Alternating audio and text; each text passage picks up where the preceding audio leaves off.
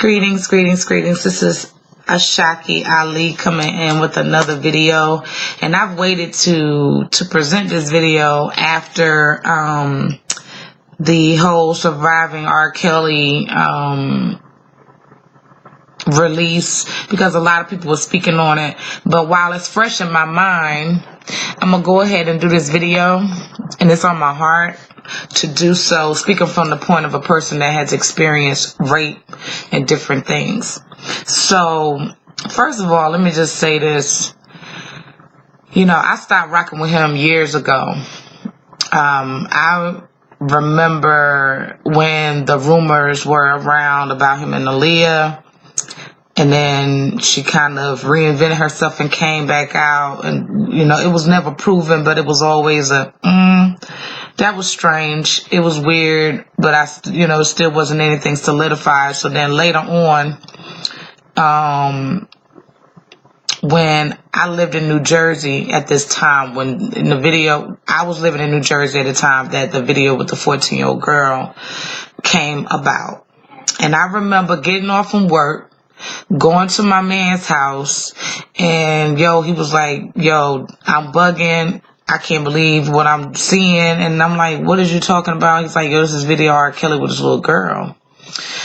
And I was like, dude, what? I was like, nah. So then he was like, yeah, for real. So it was sickening. I didn't watch the entire video, but I watched enough to know that was a young girl in that video. It was enough. It was sick. It was twisted. It was too much. So that was the end of my R. Kelly time. I just couldn't do it. Now, the reason I chose to step away from R. Kelly was because of my own history. So I've spoken about my rape at 19 years old, and I've spoken about being molested by a family friend when I was younger than that. And but outside of that, I've had many friends that were either raped, some by their own fathers, molested by their own family members or people in the community. There were people that we knew not to be around at a certain, during certain periods, or by yourself, because they would molest you, and they were grown men. But what was sickening to me and what was very hurtful to me is the comments and the commentary that I saw going on regarding the Surviving R. Kelly docuseries. People were defending him, saying, I'm playing bump and grind right now. I'm going to do this and I'm going to do that. Then I saw an article where his music had a 15% spike in listening on Spotify. This is the illness and sickness within the Black community. Now, I can't speak about any other community because I don't live there. I'm not a member. But when it comes to my own community, this is why people such as myself don't speak about what's done to us typically. Nobody's brought to justice because we are ostracized. We are blamed. I blame myself. When I was raped at 19, I was raped by someone that has known me my entire life. Damn near. For many years. This person followed me home from a club, came into my home, and raped me in my own bed. And for years, there was a big shame that I felt about it, because I felt I put myself in a compromised situation. Maybe if I had done this or that or blah, blah, blah. It took me many, many years to get to the point to say, you know what? I'm the victim in this situation. He was fucking wrong. And really, he should serve time for what he did. But I'm beyond that part. I don't even know how to contact this individual. I've not seen him since that happened. I take it back. I've seen him once, but that's been many years ago. However, with this situation, we place celebrities on these pedestals, but you need to call a spade a fucking spade. He's a pedophile. He's a predator. He preys on young girls. He uses and he has used his fame, his fortune to lure, to corrupt, and to abuse these women, these girls. And it's dead ass wrong. And for people that's running to his aid, you dead ass wrong. And not only that, for the individuals that say, oh, well, you had a baby when you was 16, 15, 14. Hold up, wait a minute. I take offense to that. I'm a teenage mother. My son's birth father was a teenage father as well. It's proven that a teenager's brain is not fully developed.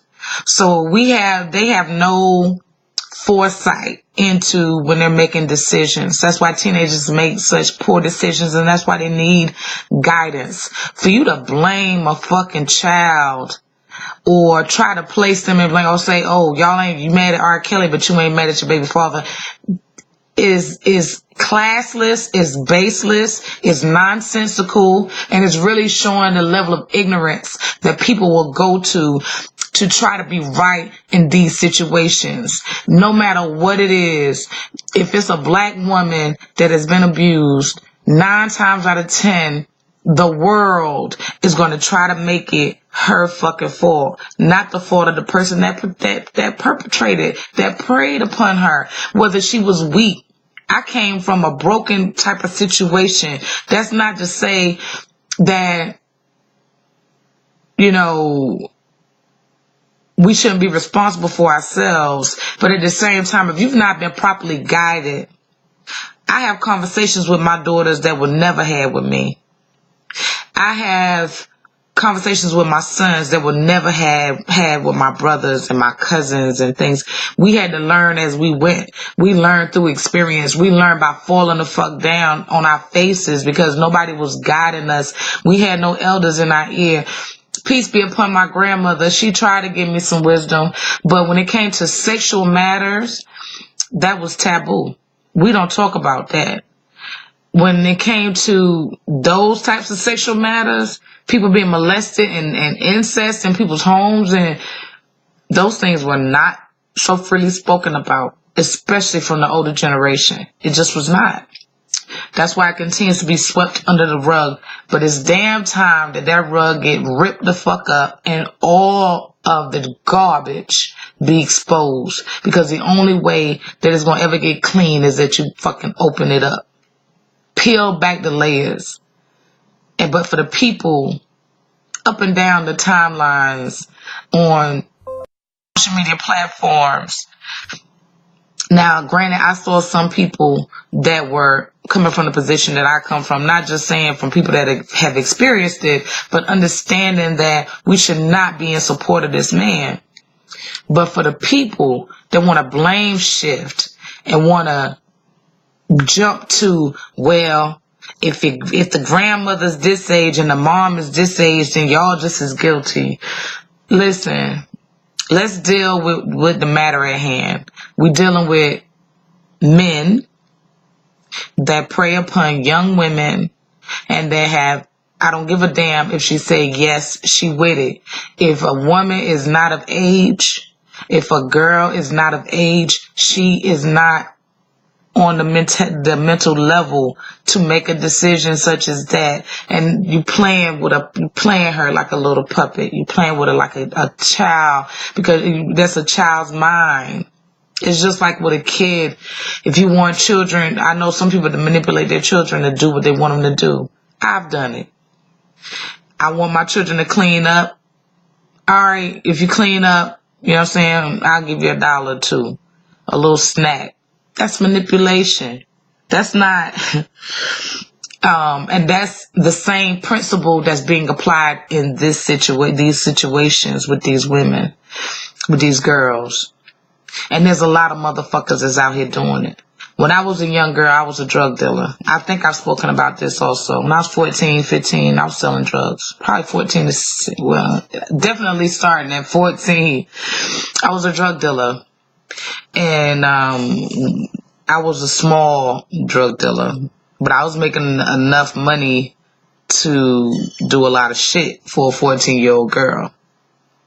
But there was a grown man in my neighborhood who was very big. He made big money. He moved weight. And I used to feel him watching me. His little cousin was one of my runners. She used to run for me. And I would go and pick her up. and he would be eyeing me, and I would feel him eyeing me. I'm 14, like 30. And one day he propositioned me. He used to wear these big herringbone, I don't know if you remember, but the big herringbone necklaces. He used to wear those. And he was like, yo, you want one of these right here around my neck? And I was like, yeah, let me get one. Shit. He like, what you gonna do for it? That's what he said. I said, yo, I ain't doing nothing for nothing. I'll hustle anyway. I had my own little jewels. I ain't had no big fat thick herringbone, but I had a little one. You know, I had a couple of little small Swedish little necklaces, the chains and stuff like that. I had those. And he was like, nah. He was like, yo, I want to bless you, but you gotta bless me. He was propositioning me. Now, if I would have been weak in the mind and wasn't like a year earlier, I probably would have jumped at it because I had nothing. You know what I'm saying? But at that point, I was making my money. I was making a couple $100 a day, so I really wasn't big on that shit. I was big on earrings and sneakers, so I really wasn't even worrying about the necklaces too much. But that's the same concept of what went on with these young ladies. But what I want us to be aware of is this.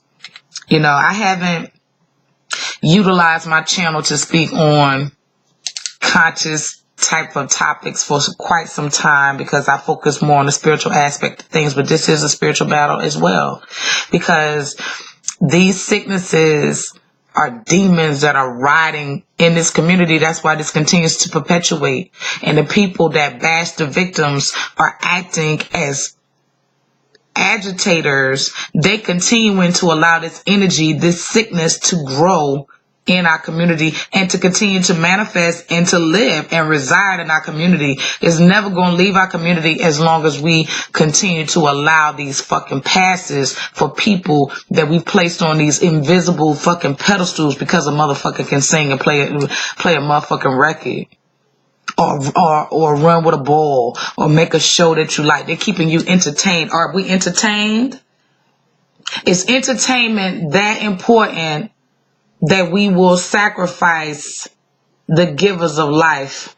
That's the question that I would like to propose to those that call themselves so conscious, so aware, so fucking woke. Think about that. And when you pointing your fingers at young women that have had children out of wedlock, that are teenage mothers like my fucking self, and some of y'all follow me and don't even know my story. When you point your fingers, think about your daughters, think about their daughters, and all the daughters that are to come. Because that shoe can go on the other foot real fucking easy. One thing about a table, it can always turn. So this has been a shocking. I'm going to leave it at that. I had to weigh in a little bit just because it would not leave me alone. And I need to let people know what my position is. Because if you're one of these people that's pointing his finger or that's excusing him or any other nigga or man out here that's abusing women, abusing girls, exit. I don't need you in my space. Don't want you in my space, whether physically or virtually. Period. So again, this has been Ashaki, the Divine Soul Sister. You guys take care. Have an awesome night, day, and so forth. Wishing you all peace, love, and light.